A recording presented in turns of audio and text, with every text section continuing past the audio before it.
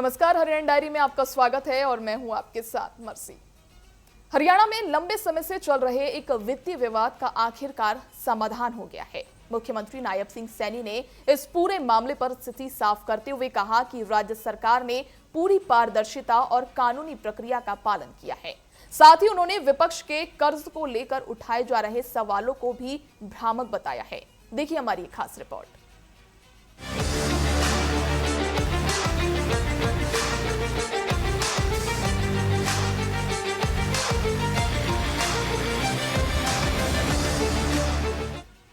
करीब 3 दशक पुराने विवाद को हरियाणा सरकार ने कानूनी प्रक्रिया के तहत सुलझा लिया है। मुख्यमंत्री नायब सिंह सैनी के मुताबिक अप्रैल 2023 में NCLT चंडीगढ़ बेंच ने हरियाणा के उद्योग विभाग को वित्तीय लेनदार मानने से इनकार कर दिया था। इसी वजह से विभाग द्वारा मांगे गए पिनल इंटरेस्ट को भी खारिज कर दिया गया। इसके बाद सरकार ने इस फैसले के खिलाफ सुप्रीम कोर्ट में अपील की, लेकिन अप्रैल 2025 में सुप्रीम कोर्ट ने भी इस अपील को खारिज कर दिया।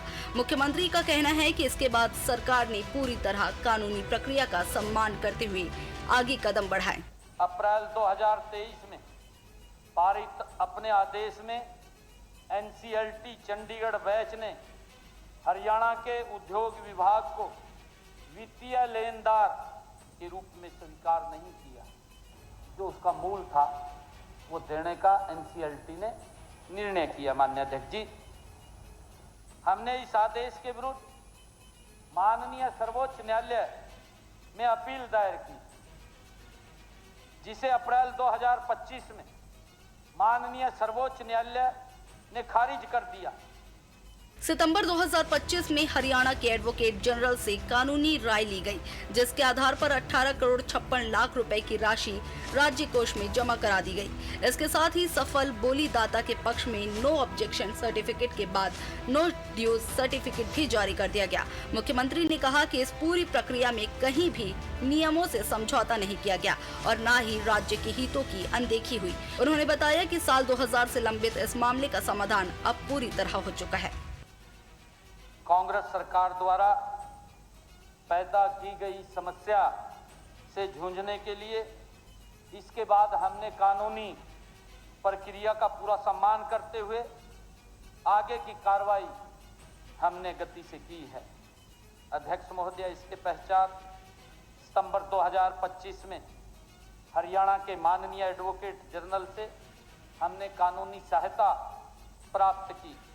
माननीय एडवोकेट जनरल ने सलाह दी कि विभाग को 18 करोड़ 56 लाख रुपए की डिमांड ड्राफ्ट राशि और स्वीकार करनी चाहिए और सफल बोलीदाता के पक्ष में नो ऑब्जेक्शन सर्टिफिकेट वो जारी कर देना चाहिए।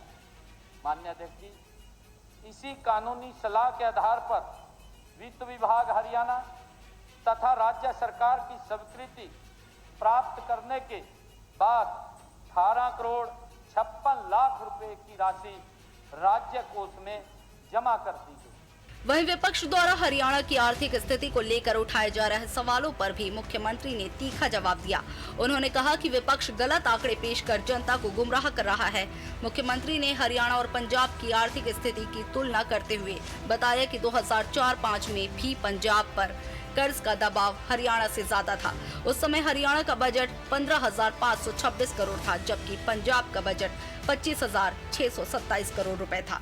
माननीय अध्यक्ष जी, इनके समय में क्या था, ये अगर हम बात करें 2004-05 में माननीय अध्यक्ष जी, जो कर्जा था, कर्जे की जो लायबिलिटी थी, उसे इनके समय के अंदर हमने उससे इसको कम किया है। इसी तरह 2021 और 22 में भी पंजाब का कर्ज उसके बजट का, इसके बावजूद पंजाब पर कर्ज का बोझ 248% तक पहुंच चुका है। मुख्यमंत्री ने यह भी बताया कि 2014-15 में हरियाणा का कुल कर्ज GSDP का 22.16% था, जो वित्त आयोग की तय सीमा 22.9% के भीतर था। माननीय अध्यक्ष जी, 2014-15 का जो लोन था वो 96,875 करोड़ था और 2014-15 की जो जीएसडीपी थी वो 4,37,145 करोड़ रुपए थी। ये 22.16% बनता है माननीय अध्यक्ष, 22.16%। और उस समय वित्त आयोग की ऋण लेने की जो सीमा थी वो 22.9 थी। इनके समय की बात है माननीय अध्यक्ष, 22.16 इन्होंने ऋण लिया और उसकी लिमिट थी ऋण जो ले सकता है वो 22.9 थी। बहरहाल सरकार का दावा है कि एक ओर जहां पुरानी विवादों का समाधान किया जा रहा है, वहीं दूसरी ओर वित्तीय अनुशासन और विकास के बीच संतुलन बनाए रखा जा रहा है। अब देखना होगा कि विपक्ष सरकार के इन दावों पर क्या प्रतिक्रिया देता है। TV24 bureau report, Haryana.